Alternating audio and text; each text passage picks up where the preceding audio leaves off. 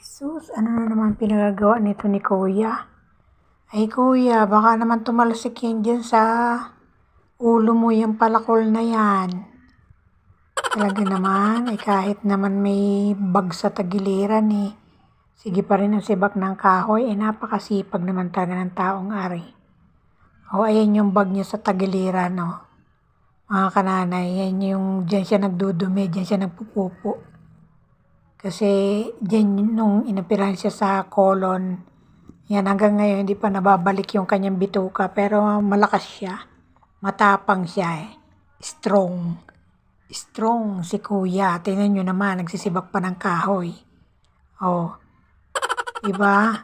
Yan ay taong talagang may ano siya, may faith sa kay Papa God. Ayan ang kanyang manok ko. Oh, ayan na. Siguro magandang litsunin na ito. Charot lang. Yan libangan ni Kuya ay yung mga manok niya ay may kubo-kubo siya doon nakalagay ang kanyang mga manok. Aba naman talaga si Nanay Ili, oh. Ma-extra pa, oh. Ay, sus, ababa. Magasibak din. Talaga naman. Ang mga magkapatid na are, talaga naman nagpapasaway, eh. Aba, akala may malagari din si Nanay Ili. Aba naman, ay akala may kaya niyang putulin yun. Huy, tumigil ka na dyan. Akala mo kaya mong putulin yan. At tinan mo naman si Kuya, oh, napakalakas pa. Oh, malakas talaga siya. Kasi hindi niya iniisip na siya ay may cancer. Iniisip niya lagi malakas siya. Kaya talagang inaano siya ni Papa God. Aba talaga na ito si Nanay Ili, ay tigilan mo na yan, oy.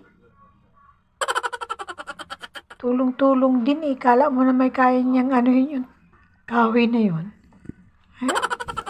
Ay, sus, naubo na si Lola. Mukhang may merienda na agad ng dalawa, oh. Naamoy-amoy pa, ba? Sige na merienda. Hindi pa nga natatapos yung sinibak na kahoy.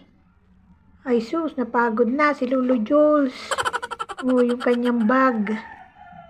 Napapasayaw pa. Napapasayaw na. Napapasayaw. Kulang pa yata yung sisibakin. Ay sus, si Nanay Ili, napasayaw na sa sarap ng kanyang merienda. May nagdala si Antipasit na merienda, oh. Ay sus, talaga naman ang buhay dito sa probinsya ay napakasaya, oh. Mga simpleng buhay. Ayan ang manok pa ni Kuya. Ayun pa yung kanyang motor, oh. Pakatagalan ng motor na yan. Siguro mga 20 years na eh. Oh, dito tayo sa kanyang manukan. Ay may tira-tira pang mga saging-saging sa New Year, oh.